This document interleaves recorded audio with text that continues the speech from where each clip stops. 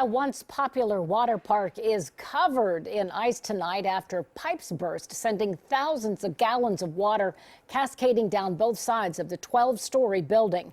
Firefighters were called out to Fort Rapids, that's near Hamilton Road and I-70. This happened this morning just before 8 in the morning. Chopper 4 was flying over the building, and you can see both sides of the building almost completely encased in ice.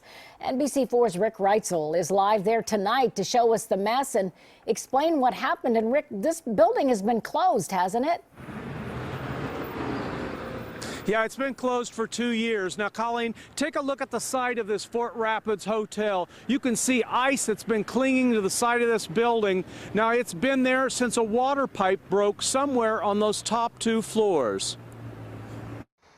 Water could be seen spraying out of the windows, air conditioner vents, and seams in the bricks on the top floors. At least one fire sprinkler pipe burst sometime last night or early this morning before a security guard spotted it at 7 a.m. A fire captain says this was a dangerous situation for first responders. They investigated some, but not investigate the whole hazard because due to the safety of the electric still being on and the free-flowing water was filled up inside the building, making elevators and stairwells fill with water and ice. The captain says outside was just as bad.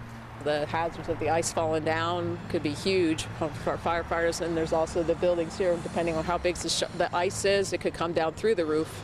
City crews eventually shut off the water, Columbia Gas the natural gas, and AEP Ohio the electric, as fire officials spoke with the owner. The corporate office said, supposedly from California, that the fire pump is the only thing that's flowing as far as in this building. Fort Rapids was closed 2 years ago for health and safety reasons, including fire code violations. That was under a previous owner. This 16-acre water park was bought 1 year ago, and the management company for the new owner claims it was being renovated. Now, there's not an estimate on damages from that water leak. I have messages out for the developer who was developing this place, and I'm still waiting to hear back what their plans will be. On Columbus's east side, Rick Reitzel, NBC4. Rick, thank you. And as Rick said, Fort Rapids did close nearly 2 years ago because a number of health violations, a whole history full.